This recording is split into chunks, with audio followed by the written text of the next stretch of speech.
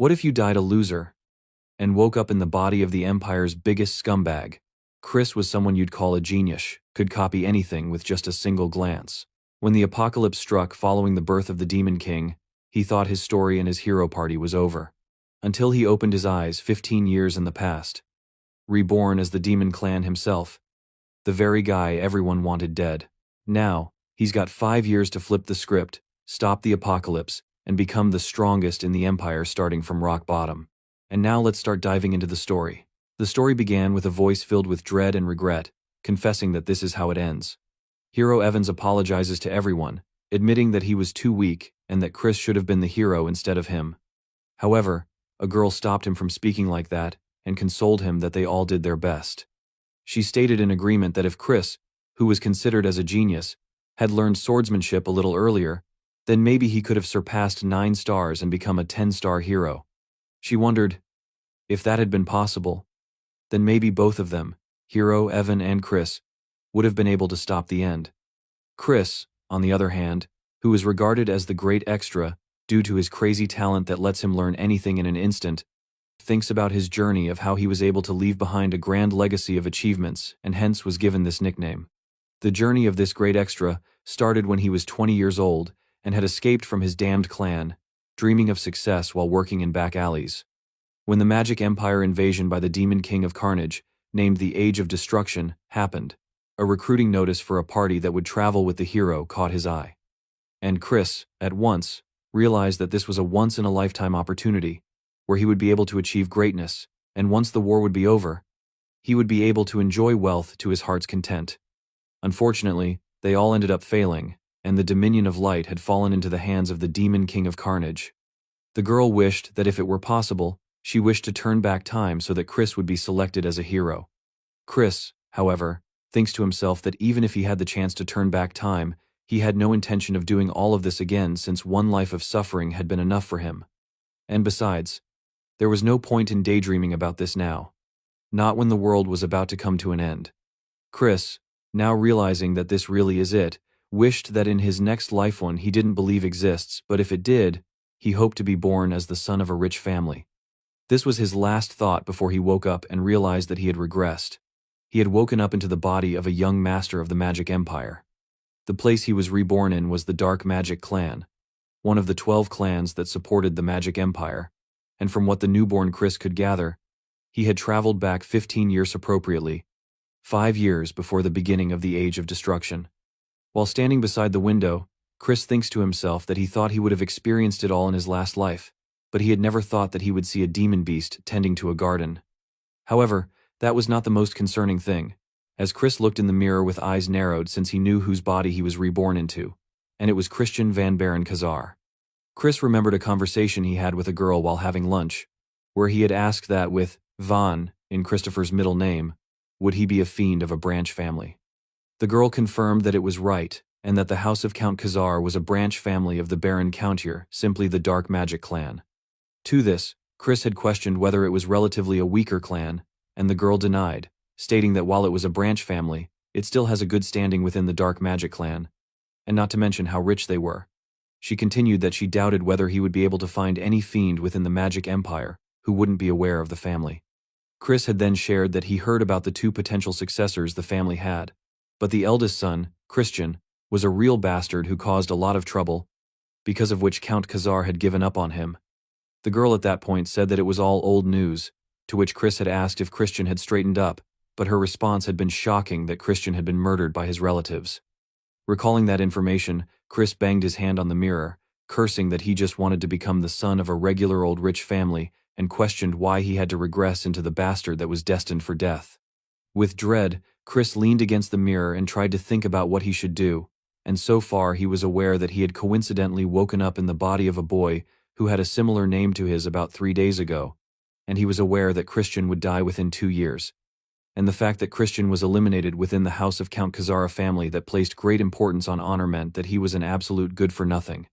This gave Chris an idea that if he just stayed quiet and nice, then he might be able to avoid his death. However, Chris thought for once that since he had woken up as a rich kid, he should just take care of himself and enjoy the wealth and honor. But with a slap on his forehead, Chris realized that there was no way that could happen. He recalled that the reason the Demon King of Carnage started the war was to put humanity up as a sacrifice to complete Ragnarok, and by the time they had all realized, it already had been too late, and both the Dominion of Light and the Magic Empire had met their ultimate demise. So Chris knew that if he wanted to survive, he had to stop the apocalypse. Chris thought to himself that while the Demon King of Carnage was the one who had actually started the war, his main concern was the countless fiends of the Magic Empire that are loyal to him. So he was aware that if he wanted to stop this, then he had to become someone who was more powerful than the Demon King of Carnage. And there was only one way he could do it, by becoming the Demon Emperor and sitting at the pinnacle of the Magic Empire. Chris suggested to himself that since he had been given 5 years before the Age of Destruction began, he might as well try, and if he succeeded, then the entire Magic Empire would be his. With a loud sound of a hand angrily slapping on a desk, the scene changed to Count Khazar, furious at Christian, who snapped at him that he had ordered for Christian to stay in his room. Christian, who was kneeling in front of his father, said nothing as Count Khazar continued angrily that he could not believe Christian had no shame to be able to reveal his face after he had caused the incident. He warned Christian that if he acted out of line one more time, he would cut his head off. This scared Christian, as he contemplated that Count Khazar had a very strong, intimidating aura about him, and acknowledged that if he wanted to go forth with his plan, then he had to get rid of the good-for-nothing image that Christian had built up. So he apologizes to Count Khazar, stating that he had come there to apologize for all the wrongdoings he had committed till then. Count Khazar, who was physically taken aback by the apology, stared at his son in disbelief as Christian continued his apology and promised that it would never happen again. Count Khazar, however, was not impressed by the apology and accused Christian of mocking him, since how could he ask his father to believe him mere days after Christian had pulled his last stunt? Hearing that so many times, Chris could not think of what recent mess Christian had gotten himself into, and because he had heard so many stories, he couldn't even pick one out. But Chris, to the best of his knowledge, improvised the apology, stating that the fault for making his father lose his trust also lied in him, and asked if he was aware that Christian had lost a portion of his memories 3 days ago. Christian reasoned that in order to reclaim those memories, he had reflected on his past actions and had just now realized how wrongly he had been living his life. But Christian's efforts seemed to be going in vain, as Count Khazar pointed out that he had heard his excuses countless times, to which Christian commented that excuses made with words alone meant nothing, and that is why he wanted to show his father the improvement with actions. So he requested his father to send him to a punishment cave, where he wanted to remain for a month and would show his father that he had become a different him. Inside the punishment cave lies a prison which was used for high-status fiends, and was a palace where not only there was no light but all 5 senses were blocked. Even a few days inside were enough to drain someone's mind, but Chris found it perfect for him, as he needed a place where he could escape from the gazes of others. Count Khazar, now with a stance of disbelief, repeated whether Christian wanted to confine himself in the punishment cave for a month, and doubted him to be able to last even a single day. Christian admitted that he was aware of how difficult that palace was, but he thought that was the bare minimum to regain his father's trust. Count Khazar, now really shocked with that admission, argued about how many times he had this conversation with his son only for him to disappoint his father each time. But this time Count Khazar decided to play along to give him one last chance, but made sure to give Christian the warning that if nothing had changed after a whole month, then he would be banished from the clan. Christian, who still stayed kneeling, balled his fists, knowing that if that happened, then it would be equivalent to sentencing him to death. Chris was conscious of the long list of people who would be ready to take Christian's life once he be let go of the protection of the clan, so without a second thought, he lifts his head up to his father and announced that he understood, and that if he could prove that he had changed, then his father should grant him one request. Count Khazar looked down at his son and roared that he sounded arrogant, as if he was sure he would come out unscathed, but reasoned that if he could show his father that he had turned over a new leaf, then Count Khazar would grant any request. Count Khazar announced a comment that he didn't believe Christian could change as he eventually left the room. In the next scene, Chris, who sat in the chair admiring something in his hand, is informed by Cox, a half-vampire, and the house of Count Khazar's butler, that the punishment cave had been prepared. Putting down the object, Chris stands to get ready for the cave. As Chris and Cox went down the hallway towards the cave, Chris became hyper-aware of the whispering that was being done behind his back. He could hear the butlers whispering amongst themselves how the good-for-nothing had volunteered to enter the punishment cave and wondered what kind of scheme he was up to. He then heard one mention about the recent incident he had done where he had insulted the young lady of the Poison Magic clan, because of which the Count had to personally apologize to the victim. Chris gritted his teeth as he heard the remark of how embarrassing it would have been to save face against the rival clan, and they pondered when Chris would become more mature. Chris heard the butlers bet against themselves about how long would Christian be able to last, to which one responded 2 days tops.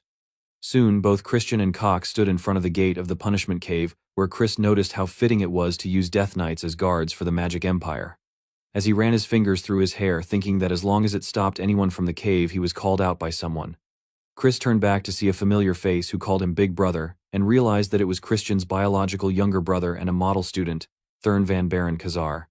But as soon as he turned, Thurn raises his sword towards Chris, who, although felt frozen in fear from seeing the sword, didn't show it outright, and instead, in a very monotone way, asked Thurn what his business was with him, since it didn't look like he was there to wish his big brother farewell. Thurn, with an angry and stern expression, pointed to Christian that he must be aware that he was a disgrace to the family, and while he wasn't sure what Christian was up to, but he warned him that if he tried to sully the honor of their family again, then Thurn would kill him himself. With his sword touching Christian's throat, he asked his big brother if he understood his final warning. As the sword itched a bit deeper into his skin, Chris comes to the realization that it must have been Thurn who would have killed Christian. Chris recalled that he had personally met Thurn before during the Age of Destruction, and he was a fiend famous for curse magic and couldn't help but admire how cute Thurn was in his childhood. While Cox, who stood beside Christian, was panicking from seeing the sword so close to the young master's throat, Chris was relatively calm as he pushed the sword away with his hand and figured that Thurn seemed to have trained diligently, but at the end, he was nothing but a brat against Christian, who happened to see the worst the Age of Destruction had to offer.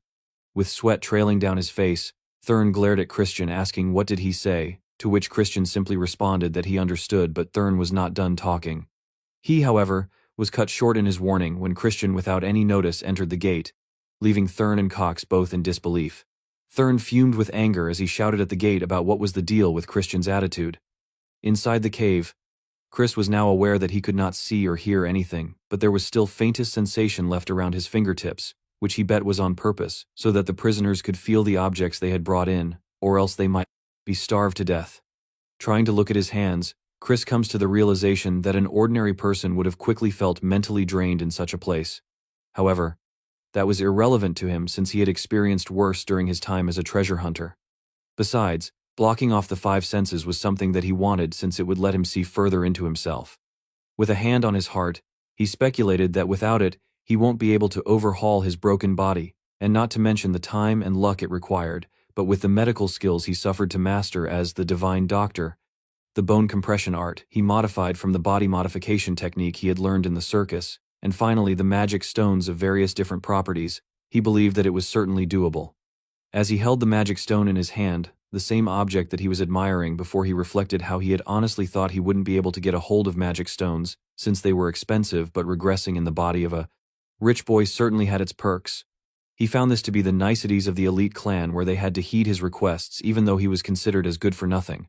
He recalled how in his previous life he had even had to struggle to obtain them and laughed at that thought. Coming to the start of the process, he would begin it with the white magic stone which would purify the toxins. He found it to be boring but was an essential stage. So he sits cross-legged, ready for the process that requires him to tediously clean any toxic buildup across his body with white mana. He cautioned himself that even the smallest mistake would cause great pain across his whole body, and with body full in the concentration stance, he was ready since it was all a cakewalk for him. Cox, who had been summoned in the Count Khazar's office, is being asked how Christian was, to which Cox replied that he had obediently entered the punishment cave, but he was worried that it would break him so bad he won't be able to call for help, to which Count Khazar wondered if sending him there was a mistake. He recalled how Christian had such a promising future as a child, but couldn't understand how he broke apart so suddenly. He questioned if it was his gift that made him so arrogant, but whatever the reason was, Count Khazar would rather that his son be fully ruined or dead than live such a wretched life. Count started to have some expectations from the last time Christian had said that he would show his father difference in his behavior through his actions, but quickly stopped himself, since he was aware of how many times he had been tricked by Christian. He then asked Cox if he had seen anything strange when he entered, and when he noticed Cox to be hesitant and scared, he warned him to not hide any detail. So Cox, being scared of his master, spilled that Christian had taken magic stones in the cave, to which Count banged his hand on the table, while Cox continued that he had taken the magic stones, which included dreamstone that made one hallucinate, and since they don't know this side effect, they should immediately open the cave. But his words were cut off by the grim-looking Count, who declared no, and that if that was the case, then it would be best to leave him to die. 1 month later, Count reached the gates of the punishment cave, waiting to see if his son would be able to come out of it. He had no expectations and was sure that he must have been a wreck by now. But when Christian opened the door to come out, Count couldn't hide his surprised expression. Christian was pleased to see that his father had come to visit him and confessed that he had been waiting for him. When Count didn't answer, he asked his father if he was surprised to see him and reminded him how he had promised to return as a changed man. Count looked down at his son, and for the first time in a very long time, he could see the glaze he had, the same glaze he used to have as a child. But not wanting to express his feelings yet, he remarked that Christian had been able to successfully endure the punishment cave, which made Christian put his hands on hips, asking if that was a compliment. Count, however, crossed his arms and assured Christian to not get on high horses from something this minor, as he still didn't trust him, and this made Christian sigh, thinking how rigid this old man was, but still promised that this meant he just had to work harder. Christian thought to himself that his father must have thought Christian had barely endured the cave, but that was not the case since he was so busy with training that he had no time to be bored. Firstly, he made himself the optimal body so he could master swordplay, and thanks to the white mana stone, each and every cell in his body was basically bursting with life. Furthermore, the dream stone was a game changer, and he recalled when he could see Cox's pale white face, asking if he really was taking the stone into the punishment cave, and how he had tried to stop Christian from bringing a narcotic mana stone, but in hindsight, Christian was glad he had been stubborn. Recalling his experience in the punishment cave, he was thankful to the hallucinations, since it drastically reduced the time for metamorphosis, and on top of that, he was able to create 2 cores. Looking at the 1-star spell light back in the punishment cave he was able to gain, he couldn't help but think of himself as a freaking genius. Needless to say, Christian had used his darkness core to hide his light core and was aware of the giant fuss fiends would make if they discovered it. Everything had been ending fine in the punishment cave when Christian recollected that as he turned back after hearing some sound, he had come face to face with the Dreamstone, which only made him smirk and question the emptiness if it was really giving him the Dreamstone. Christian was then aware of the fact that someone had hoped to get him high off it and break him down, but Christian was ready to take that challenge with the promise that he would use them as the sacrifice for his leap forward.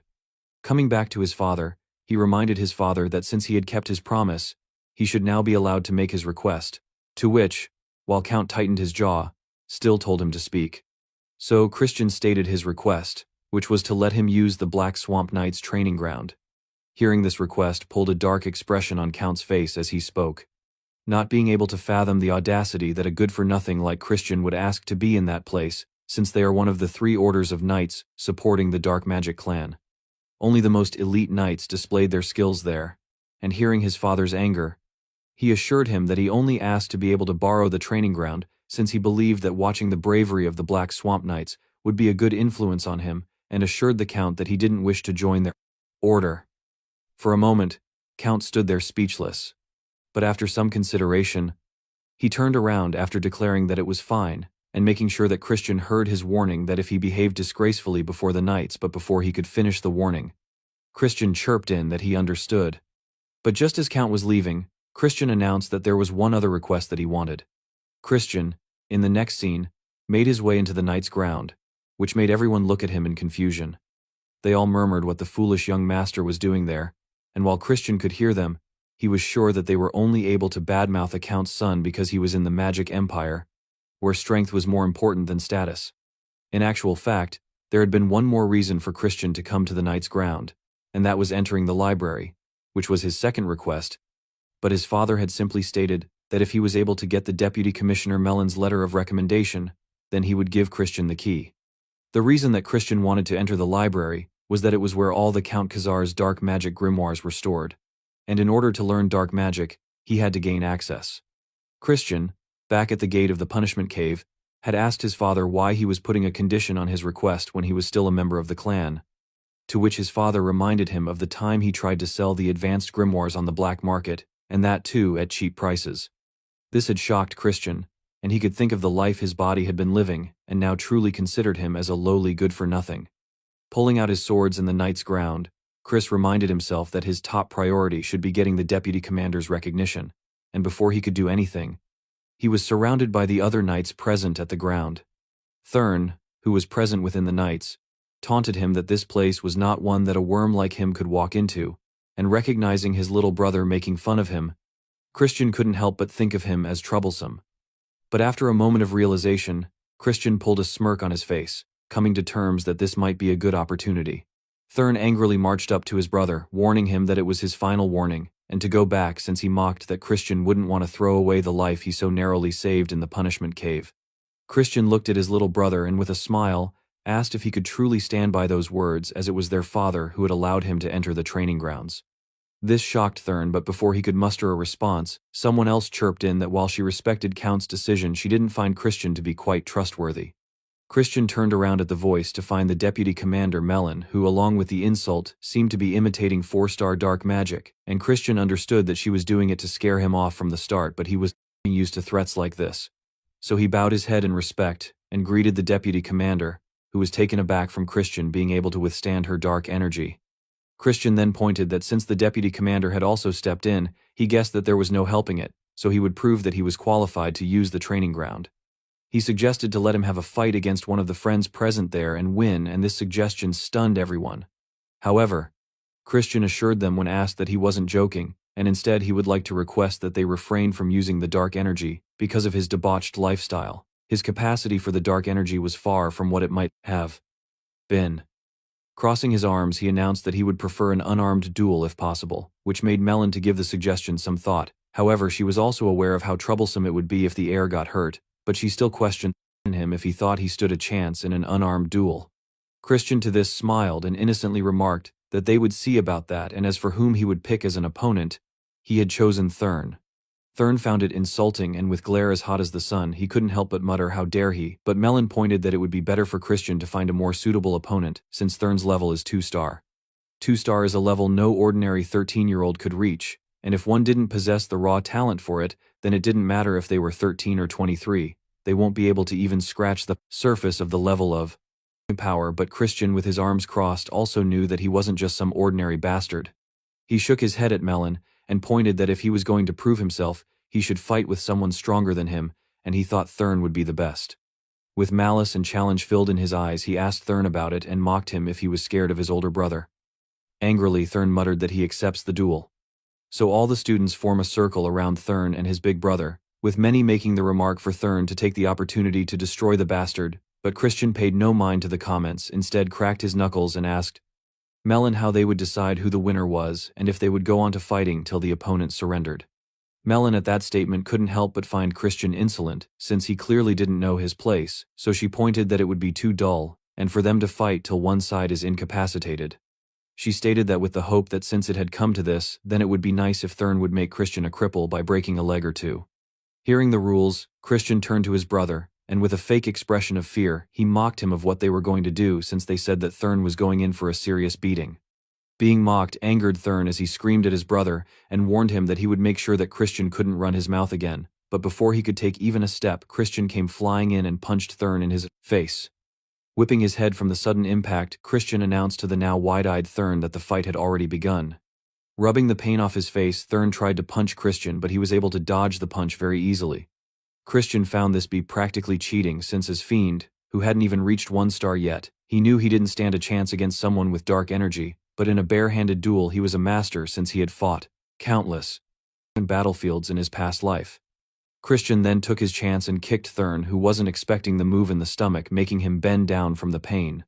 Besides, Christian thought about that even if they only count the dominion of light powers achieved in the punishment cave, even then Christian was already at 3-star level. Seeing their model student hunch down from pain, everyone is shocked and couldn't believe their own eyes. Christian looked at his younger brother, and again in the fake and mocking voice asked if he was crying, and if he wanted to blow on his boo-boo. Even though angry beyond anything, Thurn yet calmly asked his brother what trick did he pull, but Christian, who was inwardly on cloud 9 as he found it refreshing to see his brother in such state, simply stated that he hadn't pulled any trick, and maybe it was just that Thurn was weak. Hearing that insult, Thurn quickly looked up at his brother and muttered fine again, to which Christian mocked him. However, Thurn had had enough, and accumulating his dark magic, he lunges towards Christian, promising that he will murder him, but Christian again dodges the attack, and while he stated that Thurn was quite quick, he still let his brother throw punches towards him. Once he had enough, he blocked one attack of Thurn, and as his skin touched Thurn's, Thurn could feel his dark energy disintegrating. This made Thurn flustered, and Christian, who was always aware that fighting is all about instincts, used the chance and threw a single punch towards Thurn, which sent him flying down towards the ground. Everyone stood with their mouths agape as they saw Thurn on the ground, and they couldn't believe that Thurn let his guard down, and speculated that maybe Thurn had withdrawn his dark energy because he was worried about Christian being hurt. Nobody could make any sense about what happened, and Christian, being finished with his task, turned to Melon and asked if this was enough to prove that he was qualified, to which Melon had no answer except yes. Satisfied with the result, Christian put on an innocent face while he prepared himself internally to devour everything, whether it be swordsmanship or magic. Christian sat in his room peacefully while looking at his dark magic, where he had managed to reach till 1 star. But since he was still not accustomed to handling dark energy, it took longer for Christian than he had expected, and not to mention the residue that was left over by Christian previously surely did prolong the process. He then rang the butler bell while he thought that for the wielding of power of light at the same time, he would need to raise his level even further if that was possible. Just then, Marie came up to Christian, who was his assigned maid, and Christian couldn't help but think about the troubles Christian must have stirred up previously, that he had been assigned a high-level evil spirit, a banshee, as a maid. Reminding himself to replace her later, he asked her to give him a juice, after which he had to leave to train. At the request, Marie suggested if she should make the juice with human blood, to which Christian responded to make it with strawberries. He then suddenly held in his breath as Marie came extremely close to him and responded that blood just tasted so good, and with a few bickerings about whether the juice should be made with blood or strawberries, Christian prepared himself for the training. As he was leaving, he was called by Cox. Turning around to face him, Cox questioned if he really was going that early for training, and that he was worried Christian might be pushing himself too hard. Sensing the emerging anger, Cox added that he was proud that Christian was working so diligently and that Cox had always been the one to believe in him when others had pointed their fingers at him. Hearing his statement made Christian very suspicious, and authoritatively asked who he thought of himself to decide whether he should believe in his master or not, since Christian himself had never asked Cox to believe in him. Cox was struck by his words and quickly apologized for overstepping his bounds, and with the good wishes for his training, he turned around and left. Christian, however, didn't move for a few seconds and watched Cox leave. He couldn't help but feel that there was something fishy about him, but nonetheless, he moved forward. Reaching the training ground, Christian noticed that the students' eyes seemed to be a lot more docile than before, and now, since their guard was down, he wondered if he should try to win them little by little. As Christian dropped his bag on the ground, he was noticed by another soldier who quickly made his way to report to the deputy commander that Christian had shown up at the training ground again. This put Melon in deep thought of what could Christian be plotting, so she recalled the duel Christian and Thurn had yesterday. She had noticed that Thurn's movements were definitely impressive, but to think Christian had disputed Thurn's dark magic at the right moment, and wondered if he saw right through the flow of the battle. Because if that was the case, then Christian might even be talented enough to surpass Lord Eshid de Baron, who was the direct heir of the main family, but she quickly let that thought go since she still firmly believed that Christian was just a bastard, especially since he already had lost his dark energy through his debauched lifestyle. It seemed impossible for him to close the gap. This was her last thought before she heard commotion occurring outside the tent, so she came out asking what the noise was. She is then informed by a student that Christian seemed to have had a small conflict with a squire, and when she looked at where Christian was, she saw him standing above the unconscious squire holding the sword. The students all stood confused, not understanding what happened since the squire, Cannon, was a 1-star fiend. Hearing this made Melon's eyes go wide as she realized that Christian had managed to reach up to 1 star. Christian turned to look at Melon, announcing that he wanted to see the renowned prowess of the great Black Swamp Knights. But it seems like they didn't live up to their reputation, so he asked if there was anyone else who would want to step up, mocking them that they surely were not a cowardly order of knights. This angered the knights, so one stepped up. He introduced himself as Torin, and Christian, who seemed way too relaxed, smirked, knowing that they all had fallen into his trap. Torin came towards Christian with his sword up, ready to swing at him, but Christian easily blocked the attack.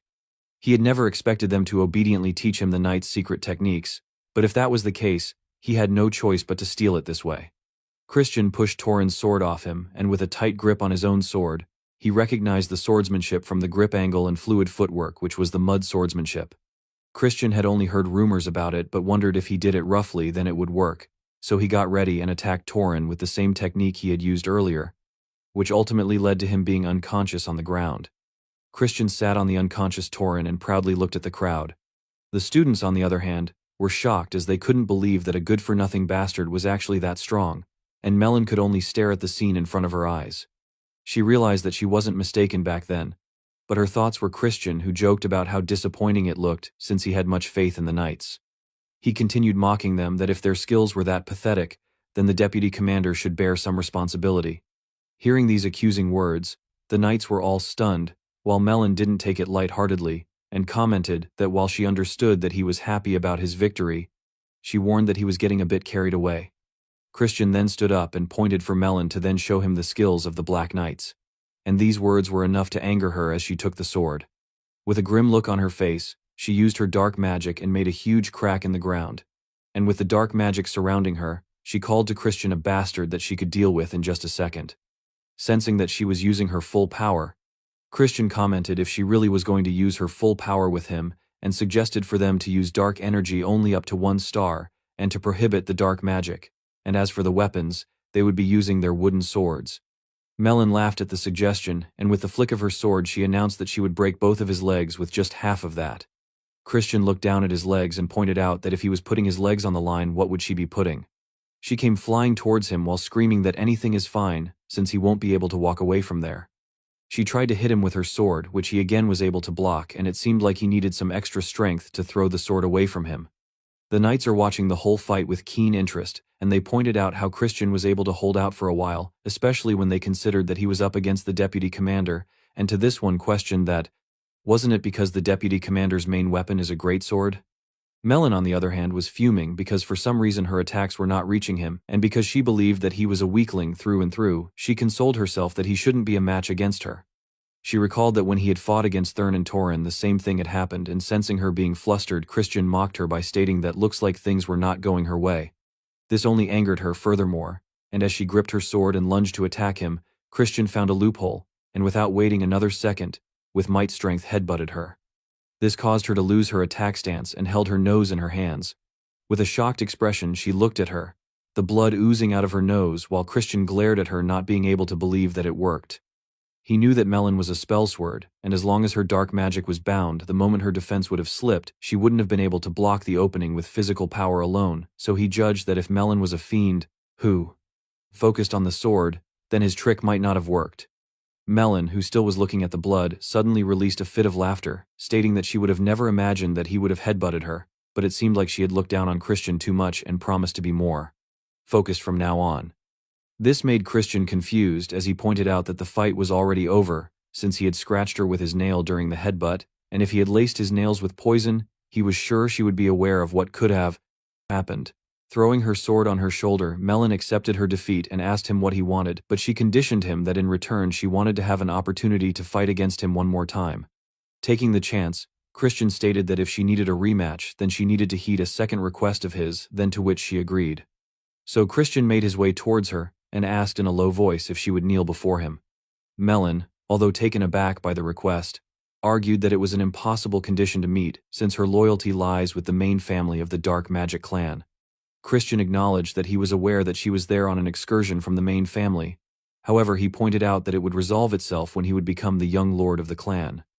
Melon was dumbfounded by his statement, and called it to be utter nonsense, since the 5 young lords whose succession rights had been recognized are all from the direct descendant of the main family.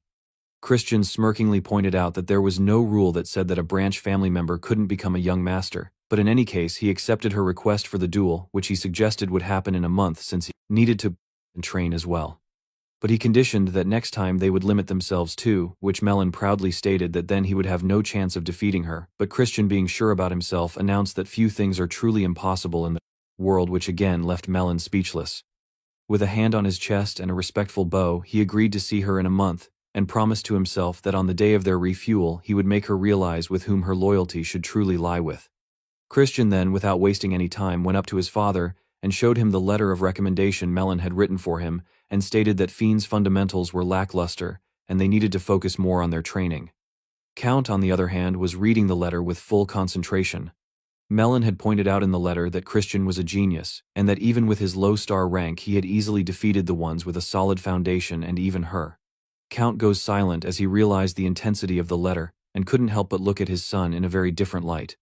Noticing his father's stare, Christian asked him if there was something on his face, but Count assured him that it was nothing. He then gave Christian the key to the library as he had promised. Although Christian at first didn't show any emotions, he was inwardly with his progress, where he was not only able to obtain the library key, but was also able to exchange Melon's mind. Melon was a fiend from the main family of the Dark Magic clan, and during the Age of Destruction she was active as a 6-star high fiend, so Christian was aware that if he wanted to take control of the entire Dark Magic clan, then he needed to make her one of her people, and while he hadn't completely won her over yet, he was sure that 1 month would be enough to do so. As for Count Khazar, Christian hadn't missed the expression he bore on his face, and wondered if it was a look of father's pride, and guessed that fiends must have familial attachments as well. He hoped for Count to turn out even a better father than once he used to be in the previous life, and with the promise that he won't disappoint him, Christian made his way towards the library. Inside the library, Christian looked around at the different books, the blood magic summoning studies, curse studies, and all the books that are forbidden in the Dominion of Light. He then goes up to a book and pulls it out when from the other side of the rack he saw someone's eye. Startled, he jumped back only to realize that it was Marie. Asking her why she was there, she replied that she once was the librarian of this library, which came as a shock for Christian, but that shock turned into dread when she asked if he wanted to perhaps monopolize her as his personal servant girl, as he ended up screaming at her to shut up. Marie then noticed the book Christian had picked for himself, and pointed that the grimoire he chose contained a 4-star dark magic called Binding Seal, which he won't be able to comprehend. But Christian, after closing the book down with a smack, raised his ego by stating that it's fine since he was a genius. Marie, trying to be the best maid, tried to hype Christian by praising him, but he also understood that she was forcing it. Out of curiosity, Marie asked if there was a specific reason he had for choosing the book, which of course he had. Christian needed to catch the rat. While going on his training run with other knights, Christian let his mind wander about the rats he had in his book. The first potential rat was Thurn, since no one in the house despised him more than Thurn. The second potential rat was Cox, and while he was not a descendant of the clan, he did, though, have free access to the punishment cave. And not to mention that fiends have always prioritized power over social status, and yet Cox had always circled around Christian and tried to suck up to him. But he also pondered the fact that there could be a third party responsible as well, about whom he might not be aware of yet. But whatever the case, he was sure of one fact, and that was they wanted to see him ruined, especially after they had sent him a dreamstone in the punishment cave. This gave him an idea of whether he should act like the bastard they want him to be, and whoever looked happy with his acting would most likely be the culprit. So he begins his acting by exclaiming that it was too hard, and that he quit. As he left the training group, the other knights wondered what was going on with him.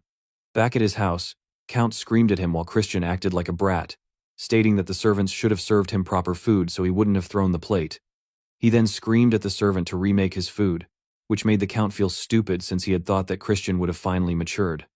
With the heavy heart of his broken expectations, he walked out of the dining room, and while Christian felt bad, he knew that it was good for the family ultimately and hoped for his father to understand. So eventually, Christian worked his way hard into spreading the rumors that he has returned to being a bastard. He bullied maids while they were cleaning and wasted money like it was water, which had led to him asking Marie for wine. He then screamed at her as to why she wouldn't let him drink wine, to which Marie acted innocent that he was drinking wine. Christian, however, knew better and pointed out that she made the wine non-alcoholic, and Marie, dramatizing the alcohol vanishing, stated that he was underage so he could not be drinking. Christian tried his best to keep the persona and pointed it shouldn't matter since he was a good-for-nothing bastard, which made Marie question him if he had decided to be a bastard again, and assured him that even if he had, she would remain as his maiden forever. Creeped out by her, Christian admitted that, like he had said, he was catching a rat, and showed her his now-mastered art of binding seal. Marie is surprised to see this, while Christian gloated that he had already told her that he was a genius, so he had modified the spell to be usable even at a lower star level. He confided that he wasn't just goofing off. Instead, he had been working hard at mastering various spells, and this made Marie truly wonder if he was really a genius. Just then, the door burst open, and an angry Thurn made his way towards Christian. Christian, upon seeing his little brother, quickly put on the act of being drunk and asked what he was doing there. With intense anger in his eyes, Thurn asked Christian if that was the best he could do, and confided that he had thought his brother had changed for the better.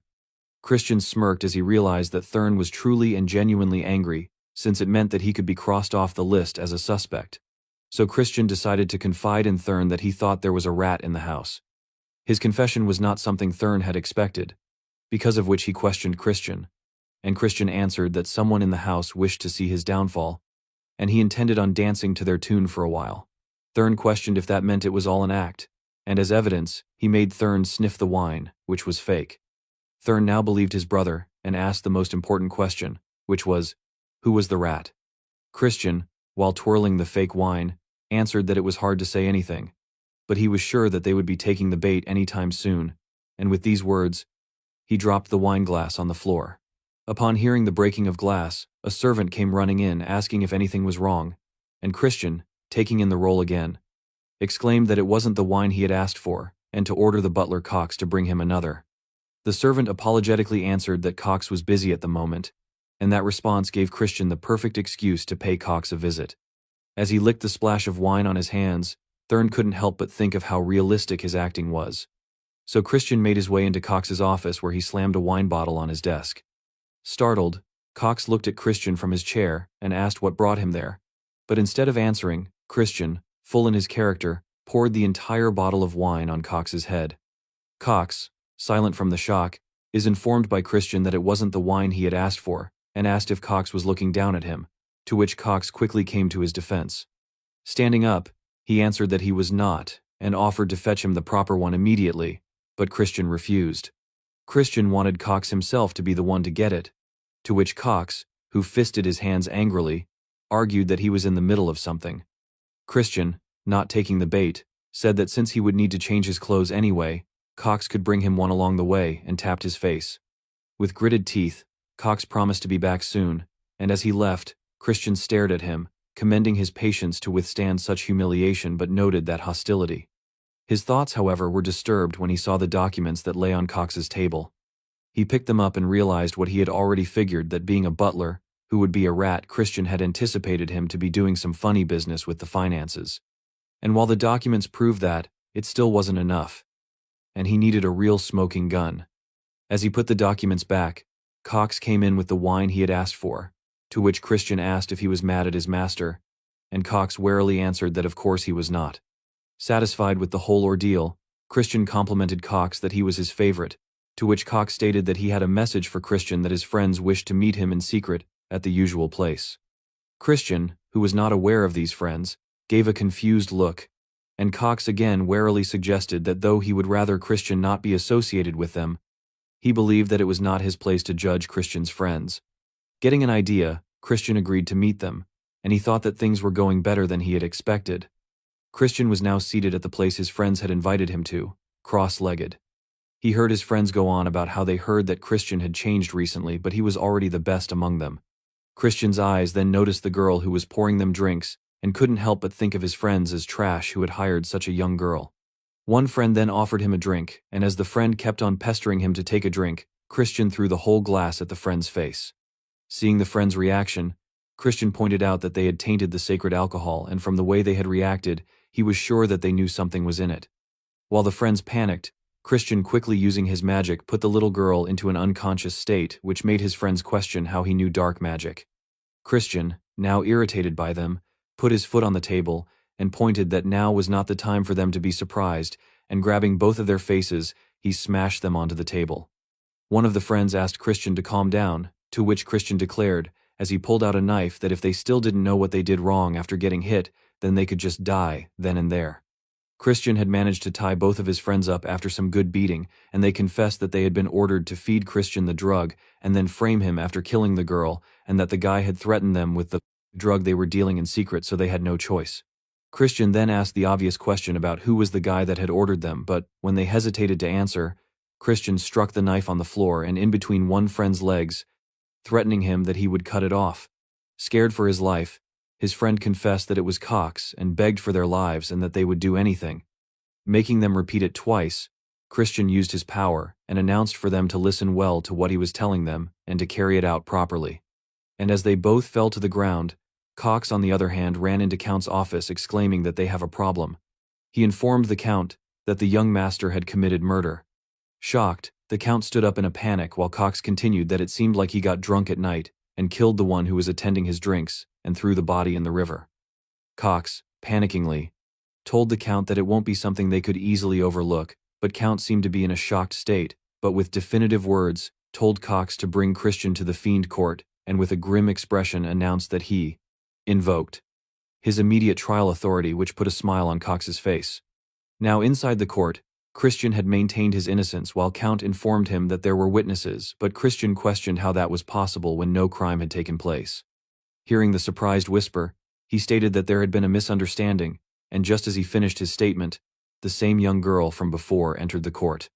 Christian asked the court if this was the dead servant, and while everyone, including the friends, were shocked, the girl confessed that Christian had taken her home after she had woken up from unconsciousness and had even given her money to help her pay the rent. She then announced to the court that rather Christian's friends were the evil ones who had put drugs in his drinks. Eager to bring this to the climax, Christian activated his power, which made the friends to expel the truth that the murder was a false report, and they were given orders by Butler Cox to frame Christian.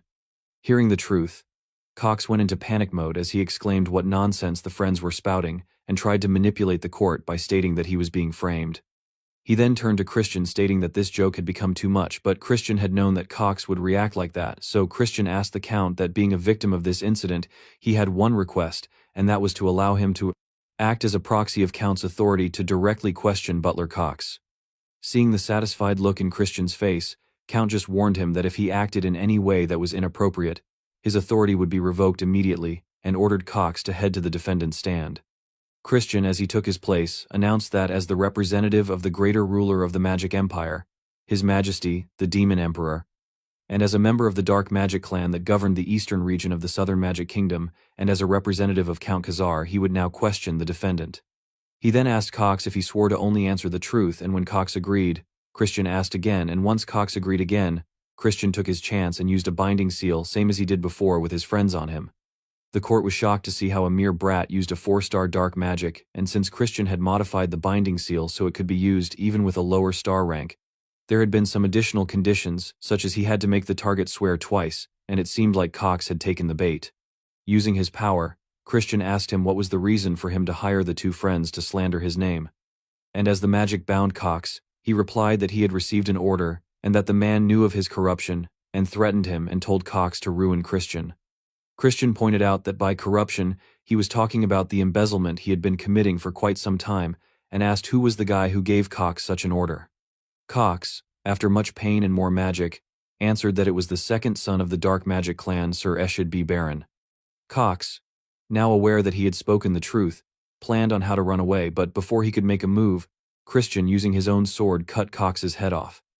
As everyone stared at him shocked, he announced that by the borrowed authority from the Count, he had punished the sinner. The Count, upon seeing the execution, walked up to Christian asking why was this the decision he came up to which Christian answered honestly that if they had left Cox alive, then the main family would have fabricated evidence and would have covered up this incident.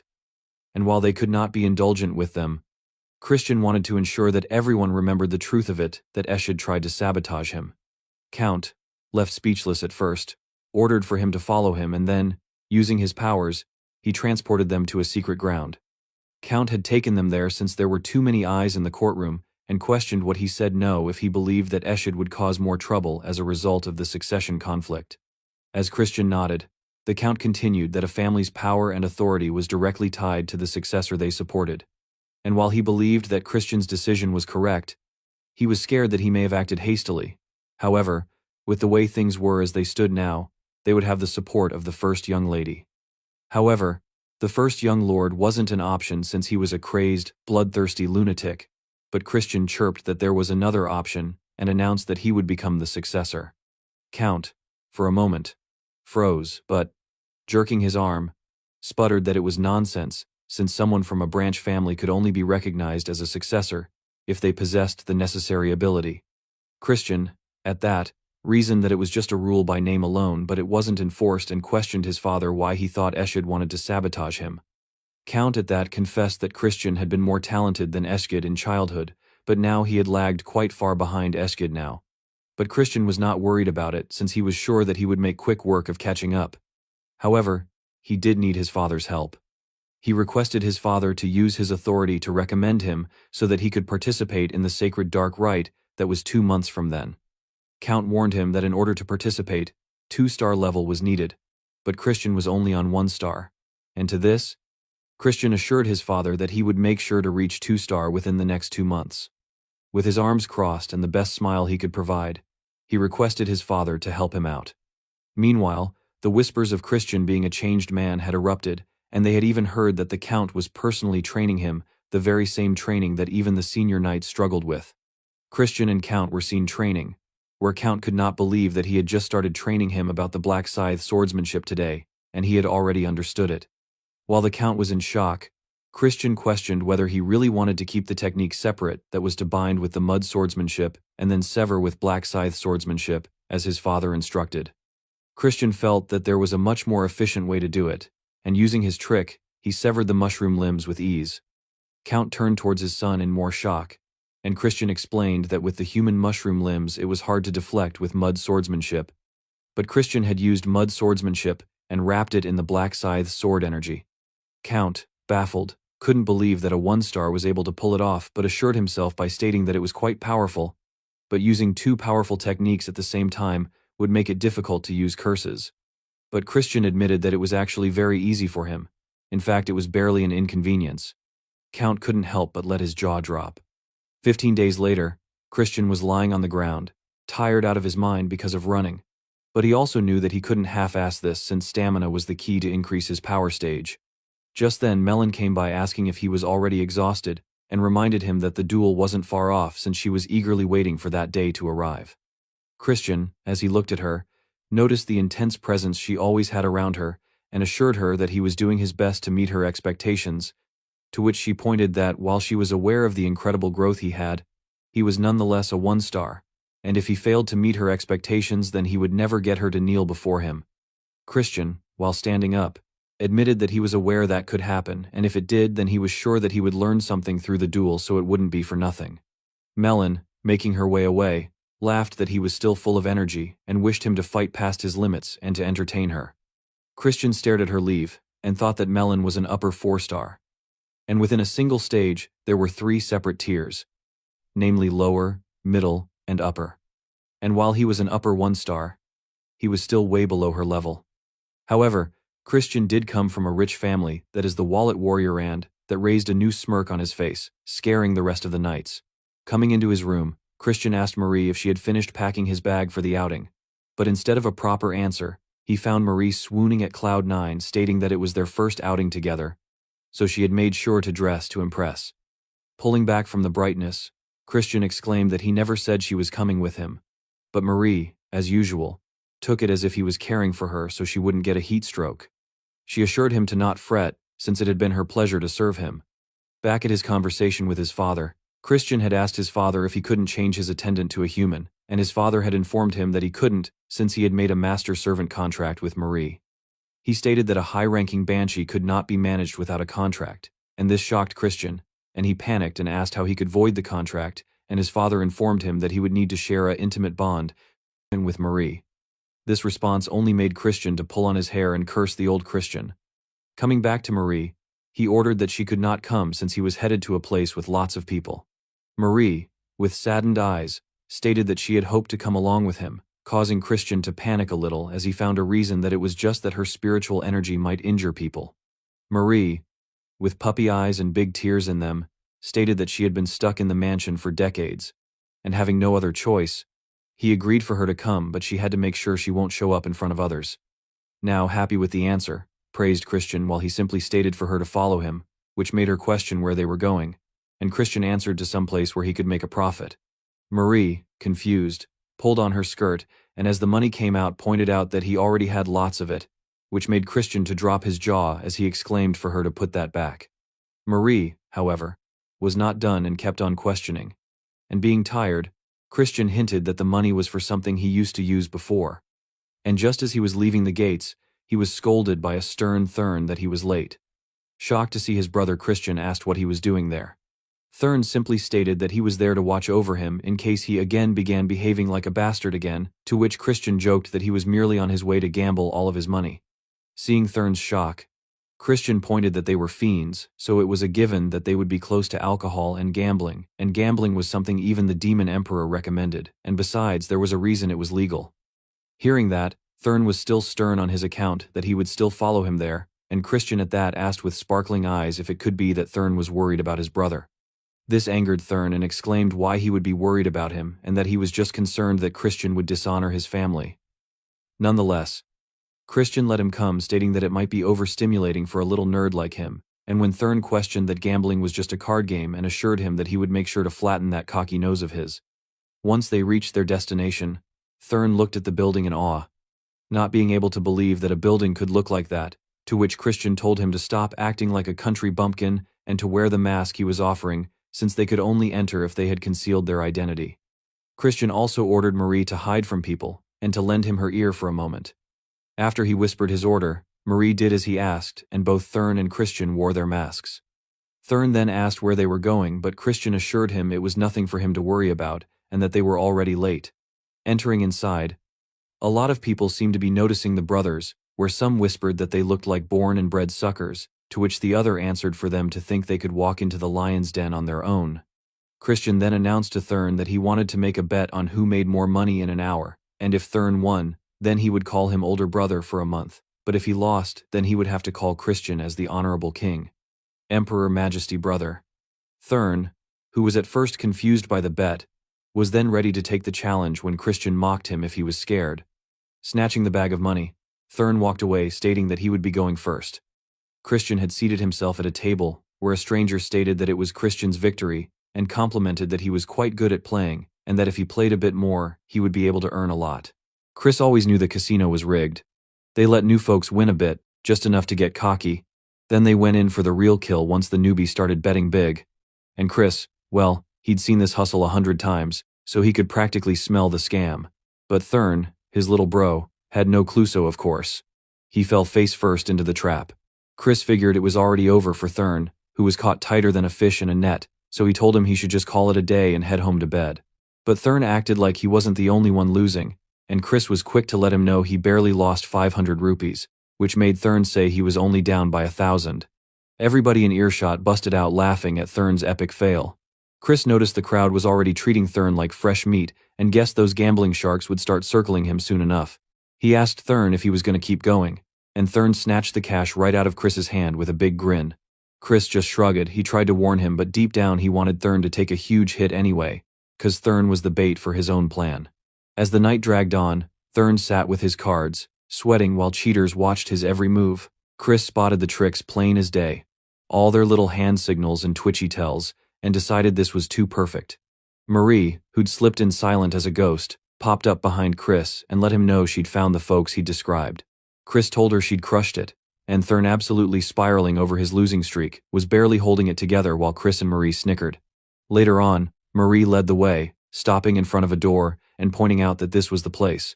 Chris nodded and told her to open it up. As soon as they stepped inside, the whole room full of slick-looking goons freaked out. They demanded to know who he thought he was. Chris yanked his mask off and smirked, hinting that anyone with half a brain should know his face already. The room went ice cold.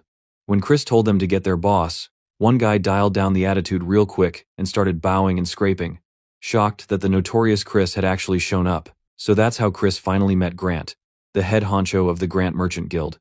Grant was all smiles on the outside, famous for wheeling and dealing, but the real secret? He was running the casino too. Chris let him know he wanted to chat in private, and Grant tried to play it cool, asking what it was about. Chris didn't waste a second. He called Grant out for scamming his precious little brother, and then had the nerve to ask what brought him here. Grant nearly choked, asking if that sad sack in the tiger mask was really his brother. Chris set it straight, declaring Thurn was the true heir to Count Raiden Khazar. Suddenly, Grant went pale, stammering that he just ran the casino and had nothing to do with the cheats. Marie, wanting to spice things up, gave Grant a look so terrifying it probably haunted his dreams forever. Grant instantly crumpled and begged for mercy, promising that if he'd only known Chris was the Count's kid, he wouldn't have messed around. Chris raised an eyebrow, hinting he needed proof this wasn't just lip service. Grant offered to pay, asking how much Chris wanted. Chris casually tossed out a 1,000,000 rupee demand, which left Grant actually sweating, but Chris let him off the hook with 200,000 rupees instead. Grant couldn't believe his luck, and Chris let on he'd need something else too, but kept it vague. Later, Chris was all smiles, checking out new gear he'd snagged with the casino payout. Marie whistled at the clever play. She never expected Chris to blow all that money on equipment, and dubbed it a super scheme. Chris liked Marie's attitude, though what he really admired was the shine of his new blade. Marie raised an eyebrow at the sword, saying it looked familiar, and she soon remembered it was, apparently, Gruna, the legendary holy sword used by a hero who'd literally given up his soul to get it. Marie mentioned that every fiend in the region wanted it, but now it sat in Chris's hands all rusty and forgotten. Chris just grinned and said it was all part of the plan, shoving a necklace into Marie's hands. He remembered catching her gaze lingering on it, so he told her to just take it as a gift. Her jaw nearly hit the floor. Chris explained she'd never get over her regrets otherwise, so he wanted her to have it to help her move on. He told her not to get mushy or anything. Marie, floored, admitted she'd never gotten a gift before, not in life or after dying, and she blurted out her thanks, which nearly made Chris choke. He told her to hurry home, but she flashed him the warmest smile, promising to repay him with bigger and better blood juice. Chris groaned, wishing she'd knock it off with the blood stuff. Marie pointed out the strawberry juice he'd been cruising through was blood all along, which freaked him out just a bit. Suddenly Chris paused. He felt like something was bugging him. He'd totally missed a step. But well, he doesn't care. He will remember it eventually. Cut to the next morning. Thurn came blasting into his room, absolutely losing it. Chris woke up bleary-eyed, remembered he'd forgotten something, and Thurn straight up yelled at him for ditching him at the casino, saying he almost got pawned off as a debt slave. Chris shrugged and figured it was probably Grant who bailed him out. But rules were rules. They had a bet, and Thurn still owed him. Time to cough up some respect. Thurn looked crushed, squeezing a pillow so hard feathers flew, and after a bit, he blurted out esteemed over and over but couldn't quite get it out. Eventually he exploded, calling Chris esteemed king, emperor, majesty brother, at the top of his lungs, nearly tearing the room apart. Chris loved every second of it, telling Thurn to remember his place and work harder so he could win next time. Thurn swore up and down he'd get revenge one day. Chris joked, saying it was wild to think this cute kid might grow up and take out his big bro someday. It must be because he's the bastard of Eshid, son of Viscount Langham Baron, acting clan head and top dog among young lords. Chris honestly didn't have much beef, since he wasn't the real Christian underneath, but if he wanted to move up, he'd have to take that dude down himself. To do that, he needed Melon on his team, and the holy sword helped. Down in his training spot, Chris knelt over the sword, thinking about how so many people had tried to use Gruna, but now it was a busted antique because no one could make it work and tame it. He wondered if it'd react to him differently. When he grabbed his chains, the sword flared up with holy light, zapping his hand away. Chris just smirked. This was normal. It was designed to push back against dark energy, but at the end of the day, it was still just a weapon. If he could break through that barrier, it'd be his. So Chris started hammering at it, taking shock after shock until his hammers kept breaking, but he was stubborn, telling the sword it should just give in already.